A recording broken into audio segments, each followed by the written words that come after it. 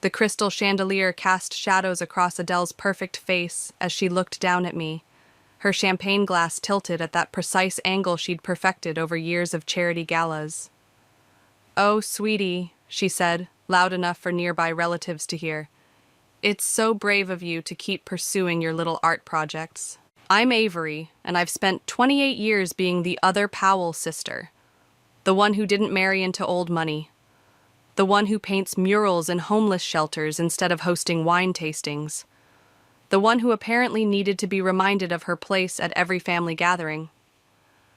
"My latest project was actually featured in the city's art walk," I said, forcing a smile. "Over 10,000 people saw it last weekend." Adele's perfectly manicured hand touched my shoulder. "That's nice, dear. Though I suppose any exposure is good exposure when you're starting out. Speaking of which, Patrick and I would love to help you with rent again this month." "I haven't needed your help in 2 years," I cut in, my cheeks burning. The grand ballroom of the Powell family estate suddenly felt suffocating. "My commissions more than cover my expenses." "Really?" Adele's eyebrows arched.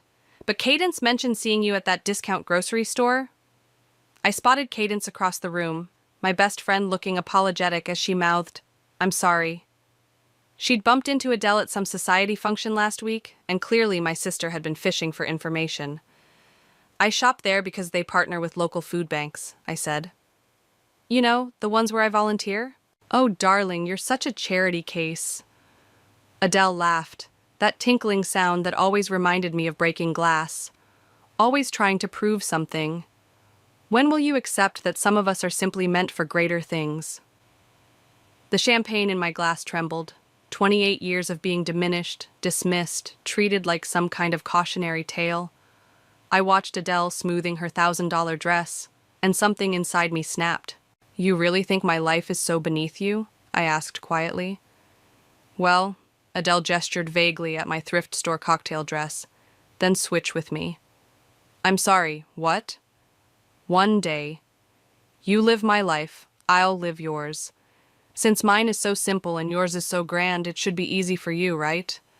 Adele's perfect smile faltered. "Don't be ridiculous." "What's ridiculous about it? Afraid you can't handle a day of honest work?" I stepped closer, lowering my voice. "Or maybe you're worried I'll do better in your world than you would in mine." "Is everything all right here?" Patrick appeared beside us, his hand settling on Adele's waist. "Your wife just called me a charity case," I said brightly. "So I suggested we swap lives for a day, you know, so she can see how the other half lives." Patrick's eyebrows shot up. "That's different." "It's absurd," Adele snapped. "Is it?" I pressed. "One day. You handle my shelter mural project. I'll take your lunch meeting with the hospital board. Unless you're scared." I saw it then, that flicker of pride that had always been Adele's weakness. The same pride that had driven her to outshine me at every turn since childhood. "Fine," she said suddenly. "Tomorrow. We'll swap schedules, duties, everything.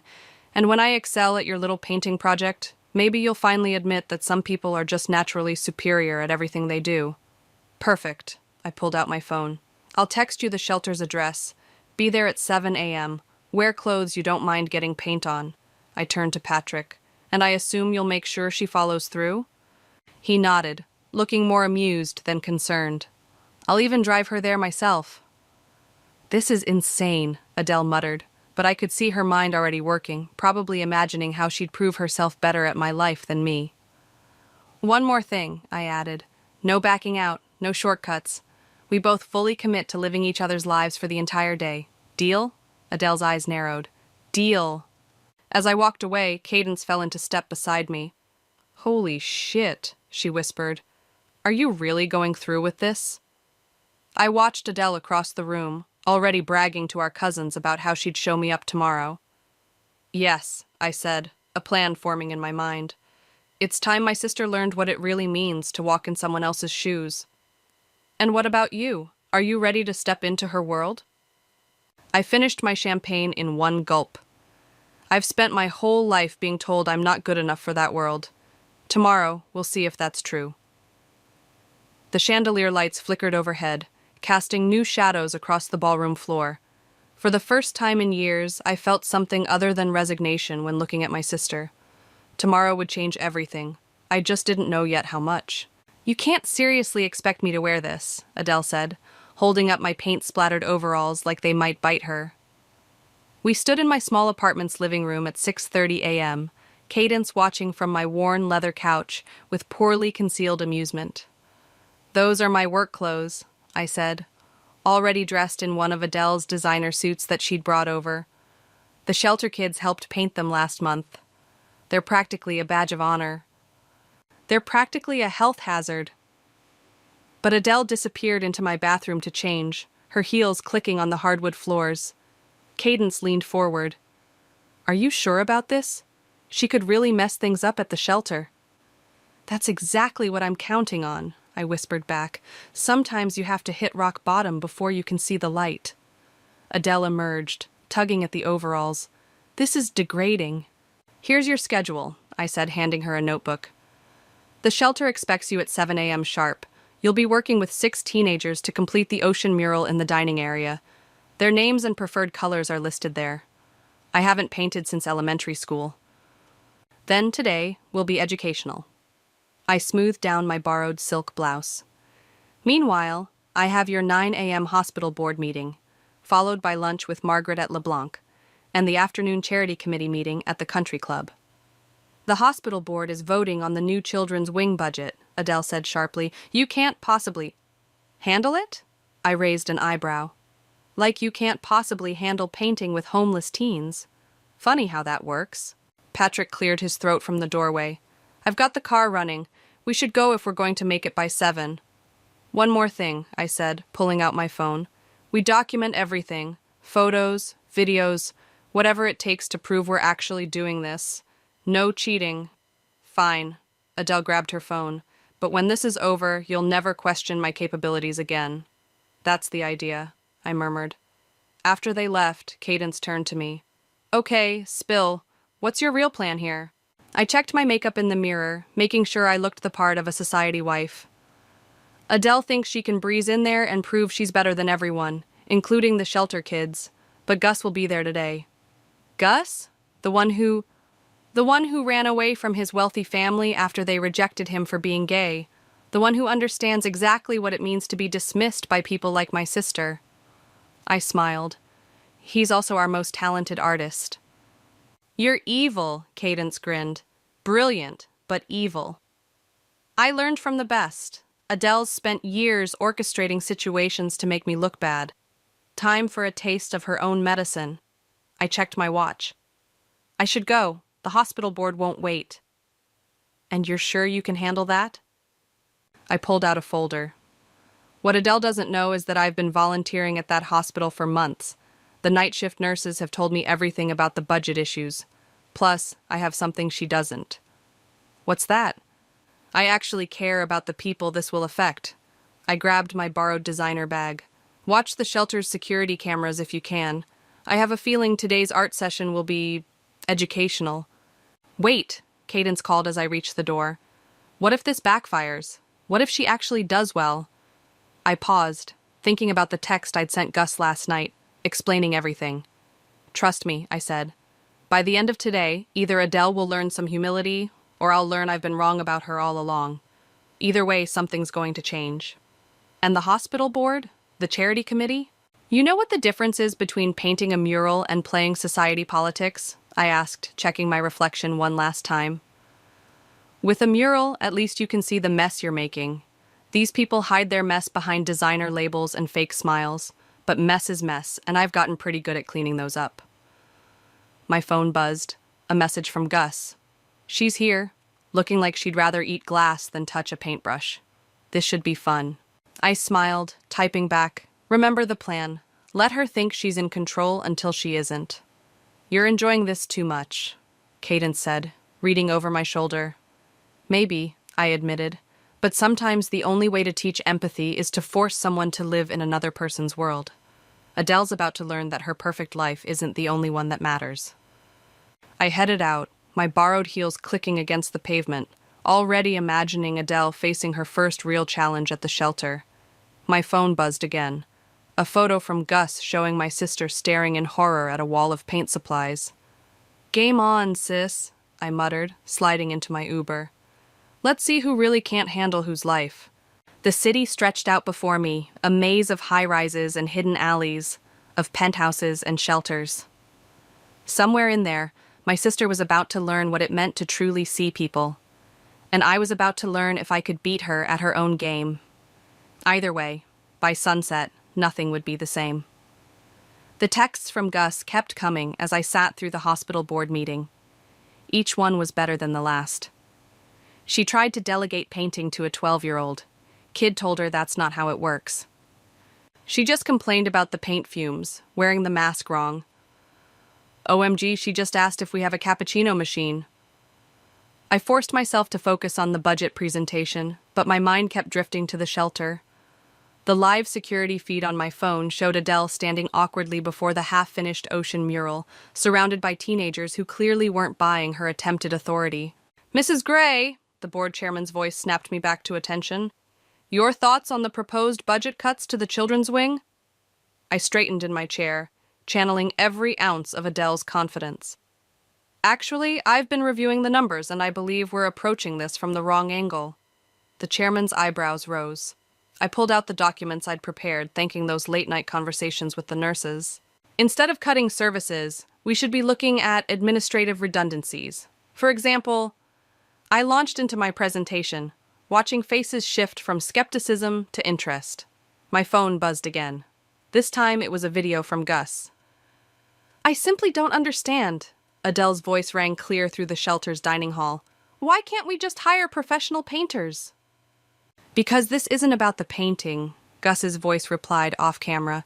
"It's about giving us a voice, a way to show we exist. But surely there are more efficient..." "Efficient?" The camera panned to show Gus stepping forward, paint-stained hands on his hips. "Let me tell you about efficient, Mrs. Gray. My parents were all about efficiency. When I came out, they efficiently packed my bags, efficiently closed my bank accounts, and efficiently erased me from their lives. This mural? It's not about efficiency. It's about being seen." The video ended there. I smiled, tucking my phone away as the board members discussed my proposal. Gus was doing exactly what I'd hoped, making it personal. Another text. "She's actually picking up a brush now, looking terrified." The board meeting ended with a unanimous vote to explore my alternative budget proposal. As I gathered my things, the chairman approached. "Remarkable presentation, Mrs. Gray. I don't think I've ever seen you so passionate about the details before." I channeled Adele's signature laugh. "Sometimes we need a fresh perspective." My phone lit up with a new video. This time, Adele was actually painting.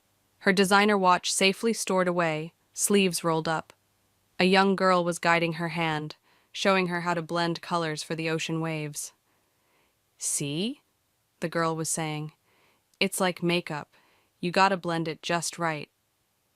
I never thought of it that way," Adele replied, her voice softer than I'd heard it in years.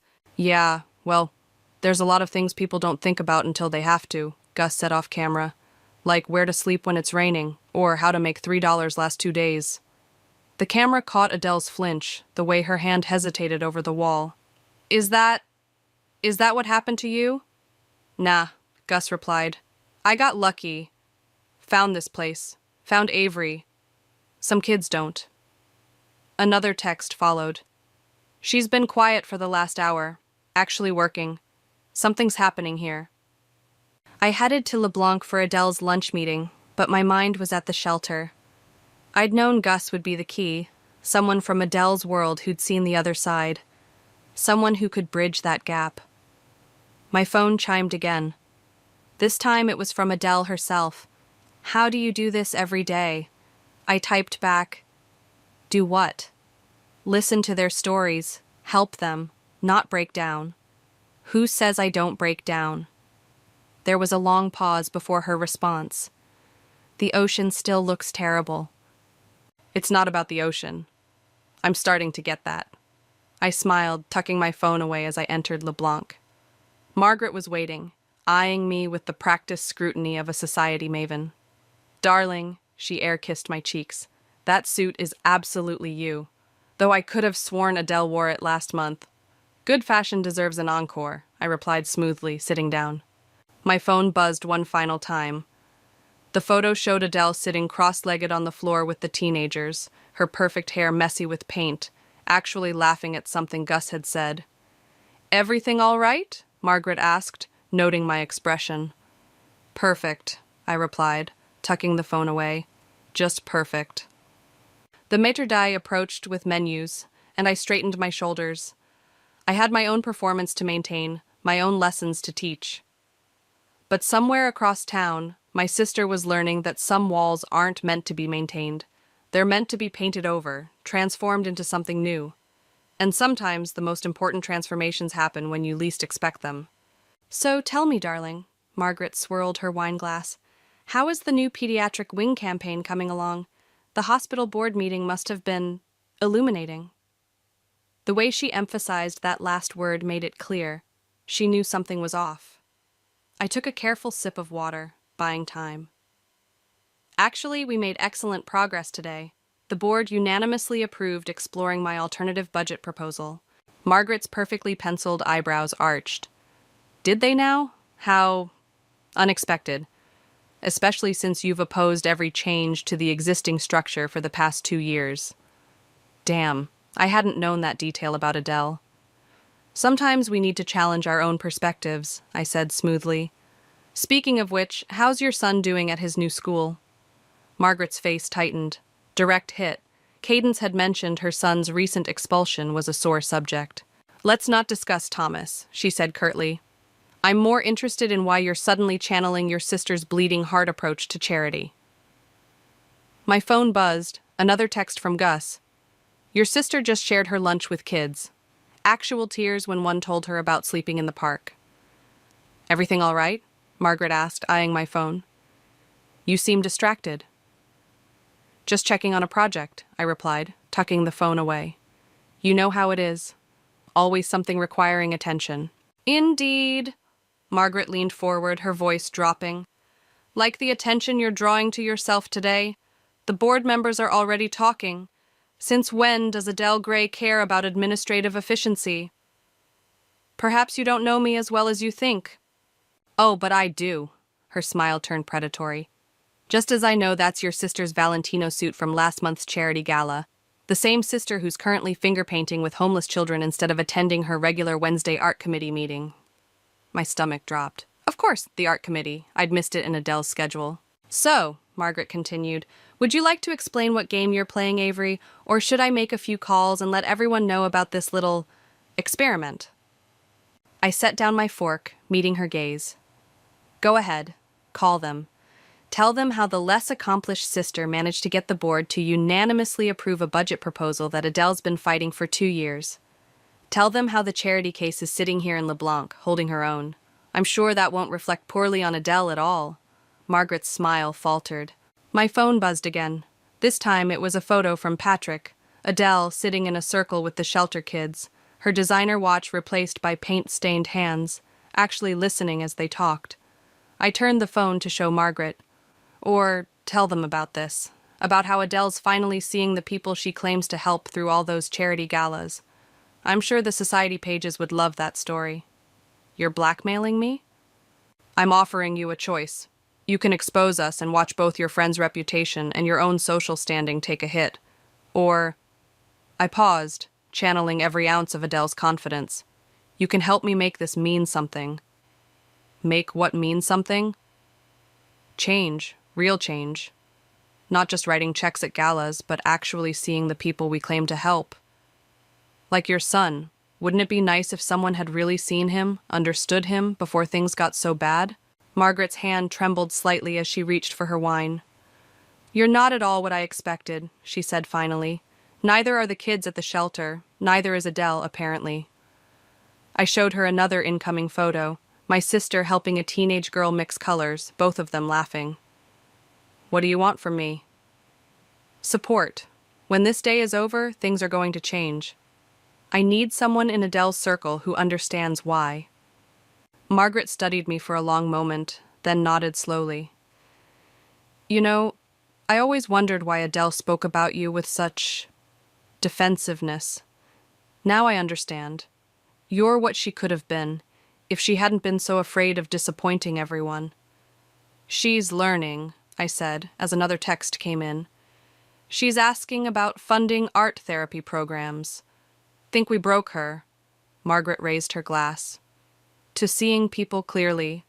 I clinked my water glass against her wine. To second chances. And Avery? She caught my arm as I stood to leave. The next time you want to infiltrate our world, remember, Adele never orders water at lunch. Always Chablis. I laughed. I'll keep that in mind. As I headed to the next meeting on Adele's schedule, my phone lit up with a message from my sister. I think I understand now. Why you do this. Why it matters. I typed back. Keep painting. We're not done yet. The afternoon sun caught the buildings downtown, turning the windows into mirrors. Somewhere in there, Adele was learning to see past her own reflection.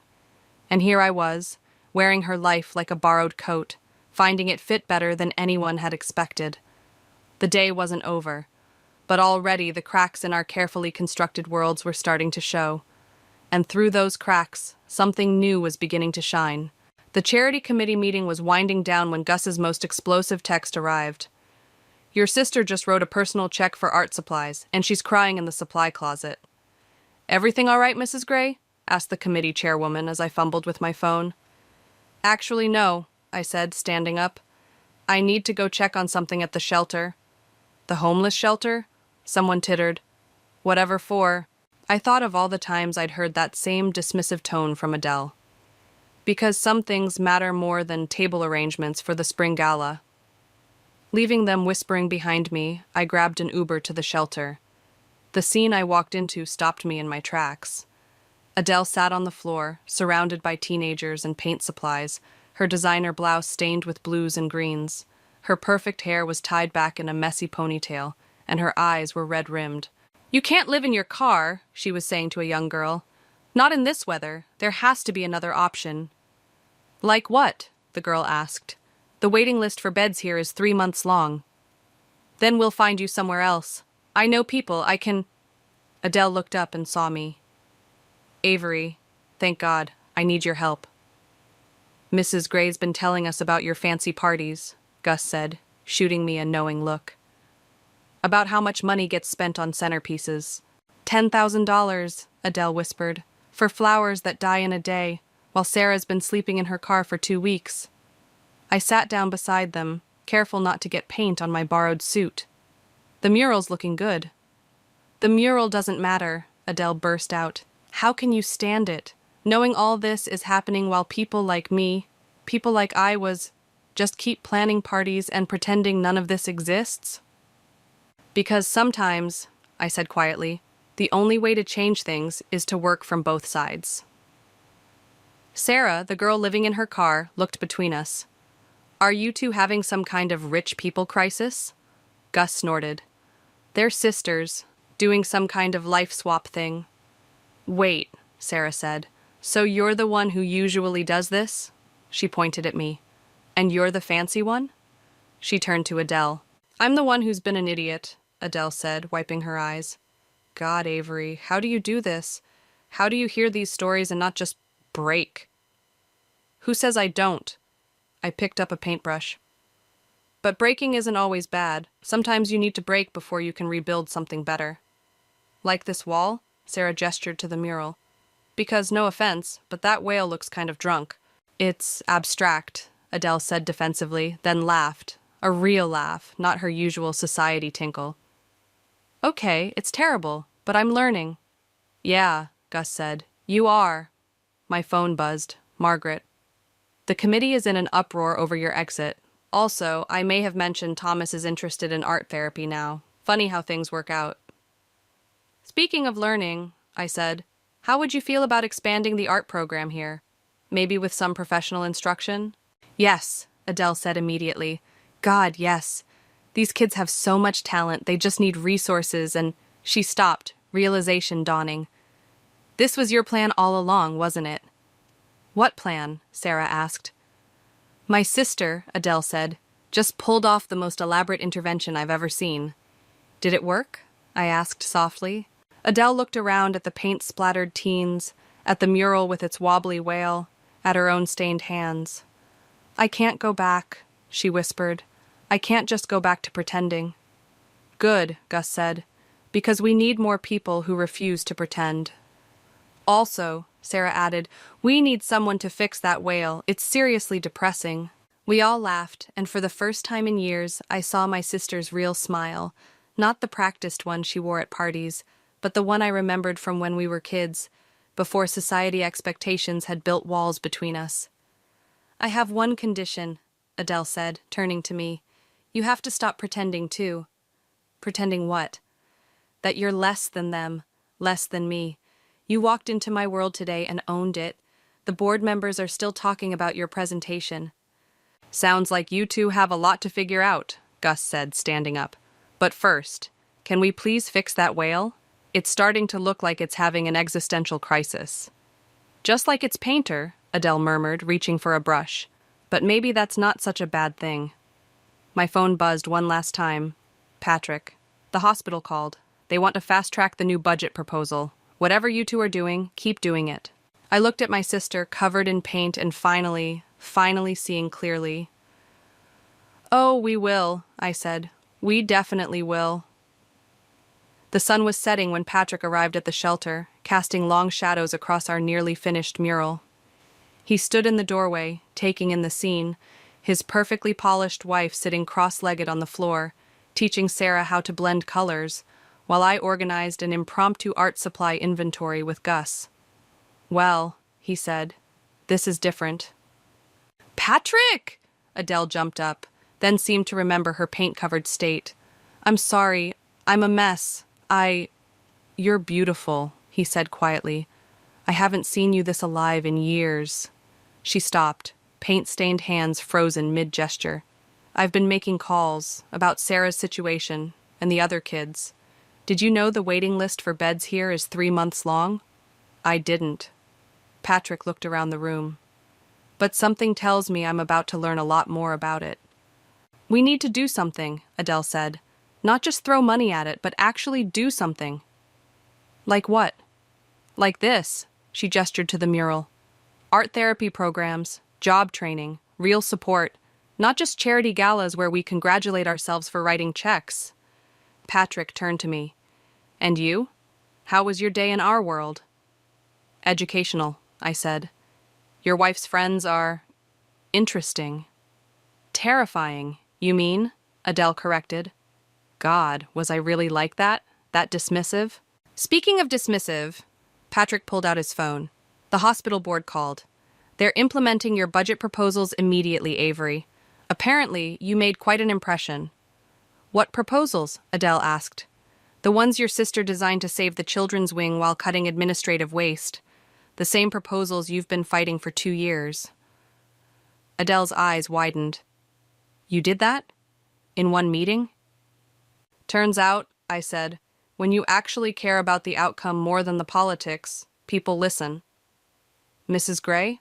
Sarah approached tentatively. We're ready for the final touches on the whale. You promised to help. Go, Patrick said. I need to talk to your sister anyway. As Adele followed Sarah back to the mural, Patrick turned to me. You planned this whole thing, didn't you? Not all of it, I admitted. I didn't expect her to actually care. You don't give her enough credit, or maybe we haven't given her enough chances. He watched his wife laugh with the teenagers. She was different when we first met, you know, before society expectations and family pressure crushed her real self. And now? Now I'm seeing that girl again, the one who used to paint for fun, who wanted to change the world. He smiled. Thank you for that. Don't thank me yet, I said. The day's not over. Actually, Gus interrupted, it kind of is. Shelter's closing in 10 minutes. Adele looked up from the mural, panic crossing her face. But what about Sarah? Her car? Already handled, Patrick said. I called in a favor. There's a room at the women's shelter across town. Cars waiting outside to take her. Sarah's eyes filled with tears. Really? Really, Patrick confirmed. And tomorrow we're going to start working on a more permanent solution. See? Gus nudged me. Sometimes rich people can be useful. I heard that, Adele called, adding final touches to the wail. And you're right. We can be useful when we actually try. She stepped back, surveying the mural. It's still not perfect. It's not supposed to be, I said. It's supposed to be real. As the kids started cleaning up, Patrick pulled me aside again. There's one more event on Adele's schedule, the sunset cocktail party at the country club. I know, I should get changed. Actually, he smiled, I think it's time for the real Adele to make an appearance, paint stains and all. Adele overheard and froze. You can't be serious. Margaret and the others would see exactly who you've chosen to be, I finished, unless you're not ready for that. She looked down at her paint-covered overalls, then at Sarah packing up her few belongings for the women's shelter, and finally at the mural, imperfect but somehow more beautiful for its flaws. You know what? She said. I think I am ready, but only if you come with me, both versions of us exactly as we are. Both versions? Gus asked. My sister in her borrowed designer suit, showing she belongs in any world she chooses, Adele said, and me in my paint-stained clothes, finally being real. The society pages will explode, Patrick warned, but he was smiling. Good, Adele and I said simultaneously. As we headed for the door, Sarah called out, Hey, rich people, we turned. Thanks, she said simply, for seeing us. Adele's eyes welled up again. Thank you for helping me see myself. Outside, the sunset painted the sky in colors we'd spent all day trying to capture on the shelter walls. Patrick's driver held the car door open, trying not to react to Adele's appearance. Ready? I asked my sister. She squared her shoulders, paint-stained and proud. Ready to change everything. The country club valet's face was priceless when our car pulled up. Adele stepped out first, paint-stained overalls and all, head held high. I followed in her borrowed designer suit, and Patrick brought up the rear, looking entirely too amused. Mrs. Gray? The valet stammered. Is everything? Everything is perfect, Thomas, Adele said, handing him her keys.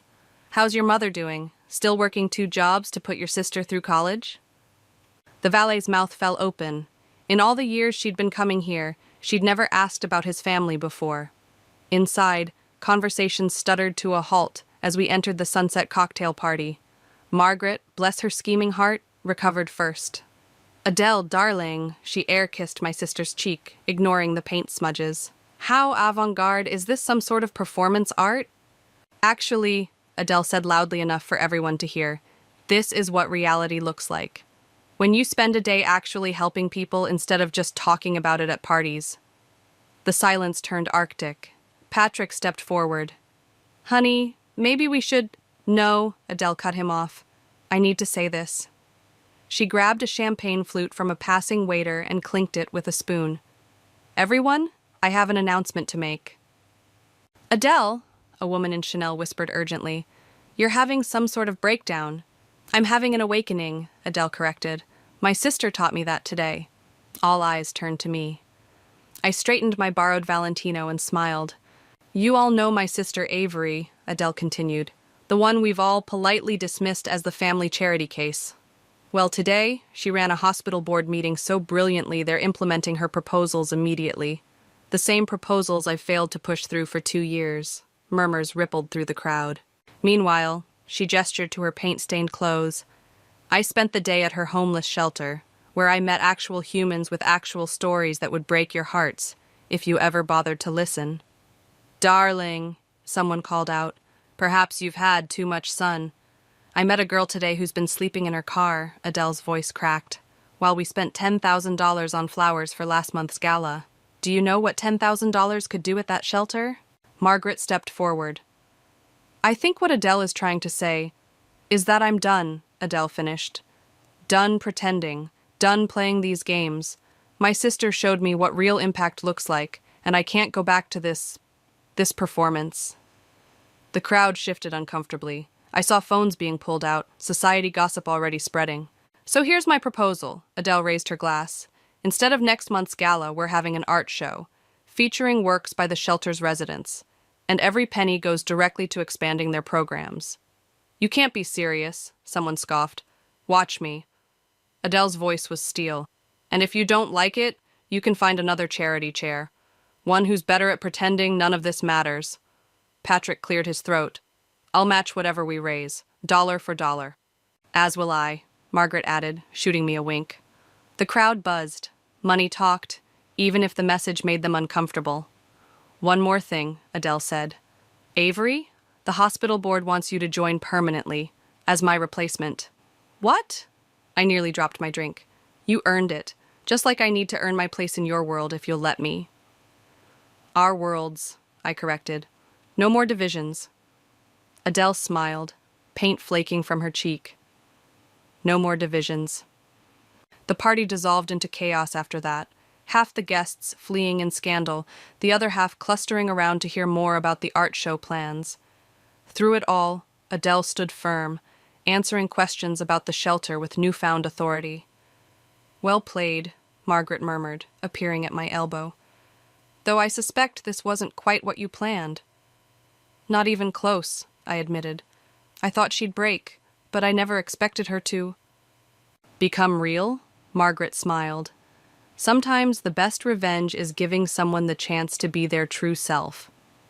My phone buzzed, a text from Gus. Sarah's settled at the women's shelter. They have an art therapy program. She's already asking about teaching others. I showed the message to Adele, who immediately teared up again. You know, she said, I always thought you were trying to embarrass the family with your charity work. I never realized you were trying to save it. Not save, I corrected. Transform. Mission accomplished, Patrick said, watching as his wife enthusiastically described the shelter's needs to a wealthy donor. The sunset painted the country club windows gold, not unlike the shelter's walls. Two worlds, finally merging into something new. Something real. Ready to go home? I asked Adele. She looked down at her paint-stained clothes, then at the glittering crowd, and smiled. I think I finally am. The morning sun streamed through the shelter's windows as I added the final touches to our newest mural. This one featured a phoenix rising from city buildings, its wings spanning the entire wall. The symbolism's a bit on the nose, don't you think? Adele said, walking in with 2 coffee cups.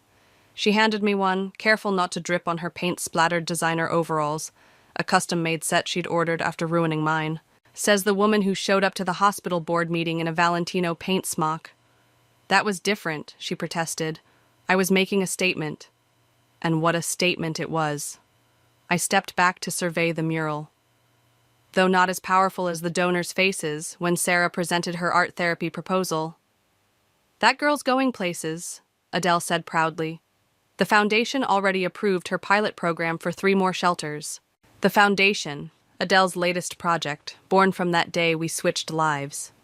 She'd transformed her society connections into actual change, while I'd learned to navigate boardrooms without losing my soul.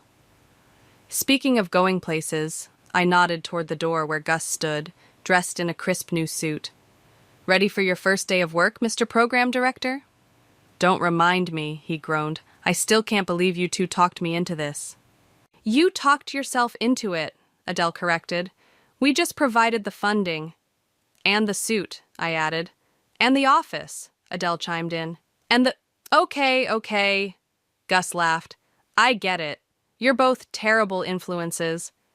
Patrick appeared behind him carrying boxes of art supplies. The terrible influences who just got city approval for the youth housing project. Really? I turned to Adele. You didn't tell me. I wanted to surprise you, she said. Consider it payback for all your surprises. Does this mean I have to switch lives with you again? God, no, she shuddered. Once was enough. Though, she looked around the shelter's transformed space.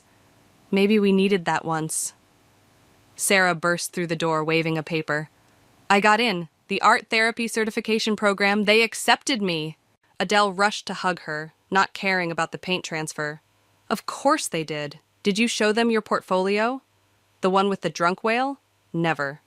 Hey, Adele protested. That whale had character. That whale had issues, Gus corrected. Just like we all did. Patrick checked his watch. Ladies, the press conference starts in an hour. Should we head over? Ah, yes, the press conference, where we'd announce the merger of Adele's foundation with my shelter programs, creating something entirely new, something real. Just let me change first, Adele said. Don't you dare, I warned. Paint-stained overalls or nothing. Fine, she sighed dramatically, but you have to wear the Valentino. Deal. As the others headed out, Adele held me back. You know, I never thanked you properly. For what? Humiliating you? Forcing you to paint badly? Making you cry in a supply closet? For seeing me, she said quietly. The real me, buried under all that pretense. For giving me a chance to be more than what everyone expected. You did the same for me, I pointed out. All those society doors that were closed? You didn't just open them, you knocked them down. We make a good team. A terrifying team, according to Margaret. Margaret's just mad because we're actually getting things done instead of just talking about it at parties. Through the window, we could see Sarah showing Gus her acceptance letter, Patrick beaming proudly, and a group of teens starting work on a new mural section. You know what the best revenge is? I asked. Living well? No, I smiled. It's watching the person who hurt you become better because of what you did. Watching them grow into someone you're proud to know. Even if that person was a stuck-up, pretentious, society-obsessed big sister. Especially then. Adele linked her arm through mine. Come on, let's go scandalize some reporters with our paint-stained solidarity. As we walked out into the sunshine, I thought about that day that changed everything. About broken walls and painted whales, about sisters and second chances, about revenge that turned into redemption. Ready? Adele asked at the car. I looked at my sister, really looked at her, paint in her hair, determination in her eyes, and not a trace of that society mask she used to wear. Ready, I said, because sometimes the best endings aren't endings at all. They're beginnings in disguise, painted in colors we never knew we had, telling stories we never knew we could tell. And sometimes, just sometimes, those stories turn out better than any revenge we could have planned.